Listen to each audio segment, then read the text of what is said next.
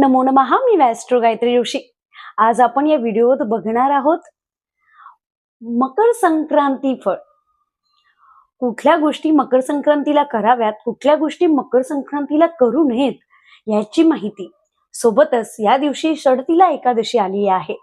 तर षडतीला एकादशीला 6 प्रकारे तिळाचा उपयोग कसा करायचा हे सुद्धा आपण जाणून घेणार आहोत. मकर संक्रांती फल हे आपण ब्राह्मणांकडूनच ऐकून घ्यायचं असतं. तर चला आता आपण मकर संक्रांतीचं फल ऐकूया.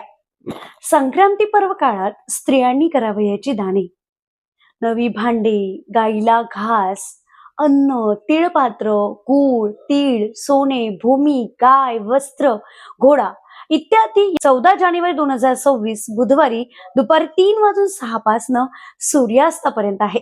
या दिवसाचे कर्तव्य: तीन मिश्रित उदकाचे स्नान, तिळाचे उटणे अंगास लावणे, तिल होम, तिल तर्पण, तिल भक्षण व तिल दान अशा 6 प्रकारे तिळाचा उपयोग केला जातो.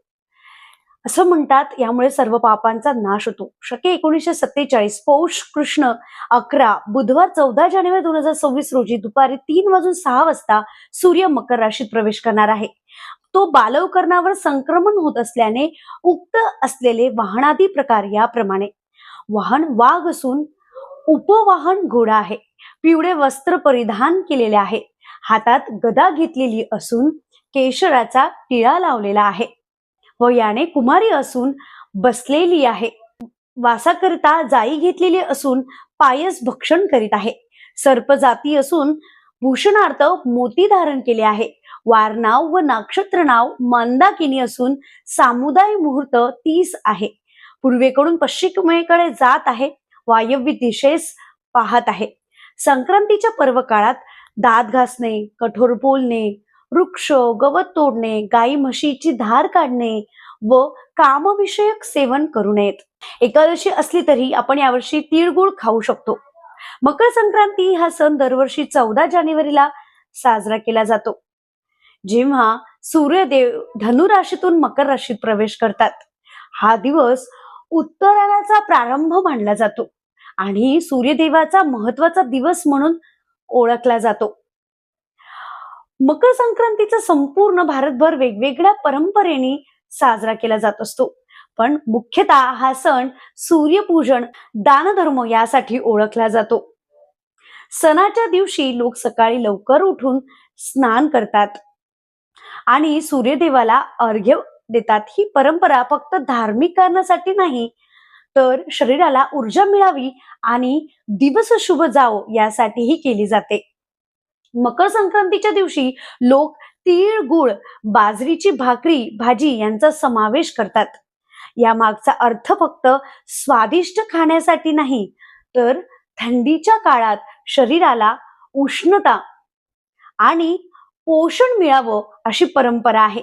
तसेच हा दिवस दानधर्मासाठी खूपच शुभ मानला जातो. गरजू लोकांना अन्न, कपडे किंवा आर्थिक मदत देणे याचाही विशेष महत्व आहे.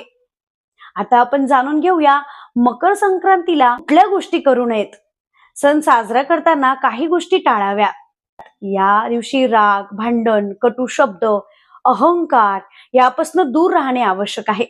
तसेच काळा किंवा गडद रंग जो असतो, डार्क रंग असतो, निळा रंग वगैरे हा परिधान करू नये. पिवळा, केशरी, लाल, गुलाबी किंवा हिरवा रंग या दिवशी शुभ मानला जाईल. मकर संक्रांती हा सण सूर्याची आराधना, नैसर्गिक ऊर्जा आणि सामाजिक परंपरा या सर्वांचा सुंदर संगम आहे. हा दिवस साजरा करताना लोक एकमेकांना शुभेच्छा देतात, घर सजवतात आणि गरजू लोकांना मदत करतात. मकर संक्रांतीचा महत्वाचा आनंद आपण अनुभवायलाच हवा. म्हणून शब्दरूपी तिळगुळ घ्या आणि गोड गोड बोला. ही संपूर्ण माहिती होती मकर संक्रांती बाबत. आपल्याला अजून कुठल्या विषयाची माहिती हवी असल्यास तुम्ही आम्हाला कमेंट बॉक्समध्ये नक्कीच सांगू शकता. आणि हा व्हिडिओ आवडला तर नक्कीच या व्हिडिओला लाईक करा, शेअर करा आणि आमच्या चॅनलला नक्की सबस्क्राईब करा. श्री स्वामी समर्थ.